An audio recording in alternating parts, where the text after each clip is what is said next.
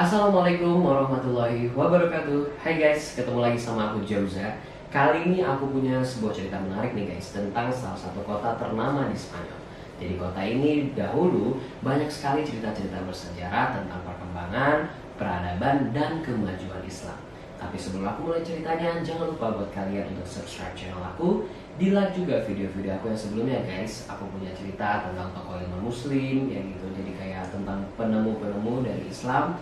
Terus ada juga sahabat-sahabat Rasulullah. Kalian bisa lihat aja di channel aku Jauzarila. Dan di share juga video-video aku ya guys. Kalian bisa share ke teman-teman kalian ataupun keluarga kalian. Oke? Sekarang kita lihat dulu intronya.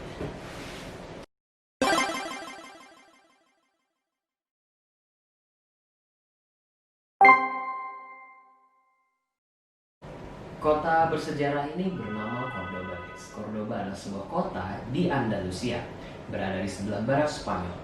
Cordoba berdiri di sebanyak tebing sungai Guadalquivir. Sejarah peradaban Islam di Cordoba, Spanyol dimulai pada tahun 169 sebelum Masehi.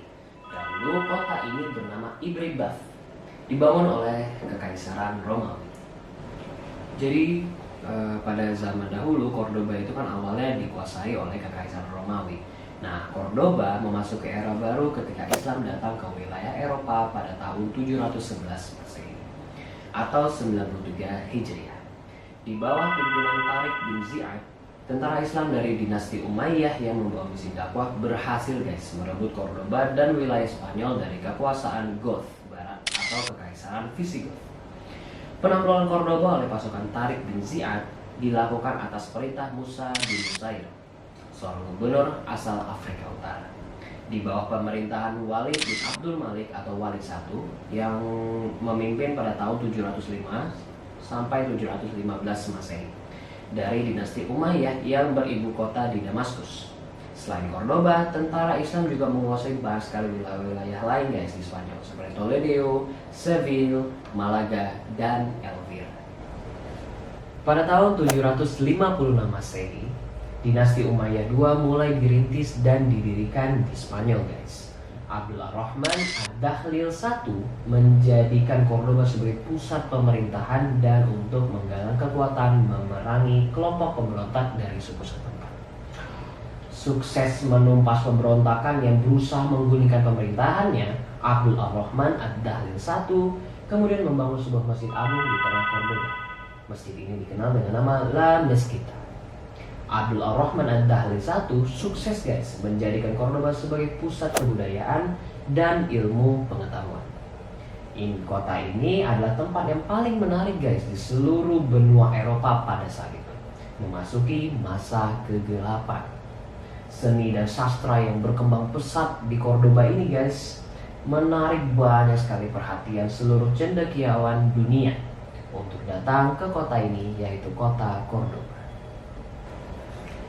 Cordoba benar-benar memasuki masa keemasannya saat Daulah Umayyah II mengalami kejayaan ataupun kemajuan. Di bawah pimpinan Abdul Al-Rahman Ad-Dakhlil III, kota ini menarik habis perhatian seluruh dunia guys. Tidak hanya menjadi pusat ilmu dan kebudayaan saja, bahkan kota ini pun menjadi pusat peradaban di Eropa pada saat itu.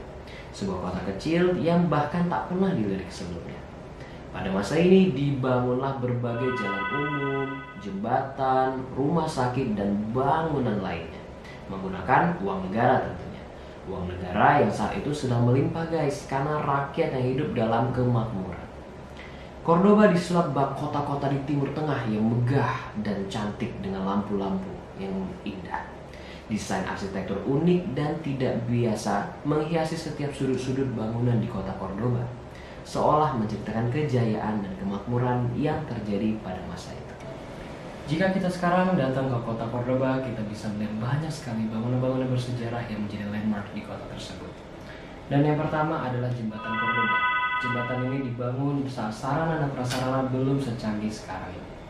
Mereka mampu membangun sebuah jembatan dengan bentuk yang sangat artistik sehingga disebut-sebut sebagai kebanggaan peradaban Islam kala itu di Cordoba.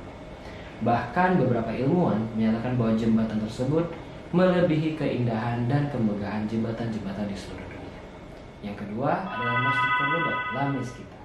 Masjid Cordoba merupakan salah satu bukti terpenting guys dari masa kejayaan Islam di kota tersebut. Sayangnya masjid ini diambil alih dan dijadikan katedral semenjak Islam runtuh di kota Cordoba. Yang ketiga adalah Universitas Cordoba. Pada masa itu, Masjid Cordoba tidak hanya dimanfaatkan sebagai tempat ibadah saja. Bangunan ini pun juga difungsikan sebagai universitas, tempat diajarkan semua cabang-cabang ilmu. Universitas ini bahkan menjadi universitas yang paling masyhur dan pusat segala ilmu di Eropa pada saat itu. Semua orang di seluruh belahan bumi datang dan menuntut ilmu di Universitas Cordoba. Oke guys, itulah sekelumit cerita tentang Cordoba. Nantikan lagi cerita-cerita menarik aku tentang kota-kota bersejarah di video selanjutnya. Thanks for watching. Assalamualaikum warahmatullahi wabarakatuh.